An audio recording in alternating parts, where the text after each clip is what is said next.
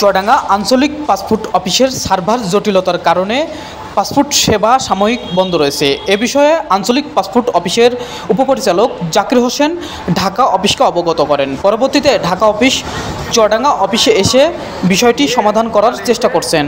মানে এসেই বলতেছে যে সার্ভারে কাজ করছে না, আজকে হবে না, কালকে অনেক টাইম, মানে সারাদিনে এই জায়গায় কেটে গেছে। তখন আমরা চলে গেছি, বললো কালকে হবে। তারপর আবার আজকে এসেছি, অনেক টাইম বলতেছে যে কাজ চলছে, হবে কাজ আমাদের কমপ্লিট হলে আপনাদের কাজ করতে হবে। পাসপোর্ট অফিসে সেবা গ্রহীতারা প্রতিনিয়ত ভালো সুবিধা পান, তবে এই সমস্যার জন্য গ্রাহকরা একটু বিড়ম্বনায় পড়ছেন। তবে পাসপোর্ট অফিসের উপপরিচালক জাকির হোসেন বলছেন দ্রুত বিষয়টি সমাধান হবে। 21 তারিখ রবিবার সকাল থেকেই আমাদের সকল কাজ বন্ধ।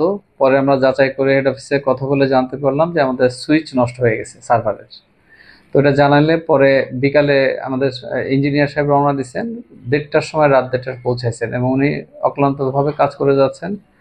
আজকে সকালে আমরা শুধু ডেলিভারি পার্টটা চালু করতে পারছি, কিন্তু এনরোলমেন্টের চার্জটা এখনো চালু করতে আমরা পারি নাই। ছবি তোলাটা বন্ধ আছে।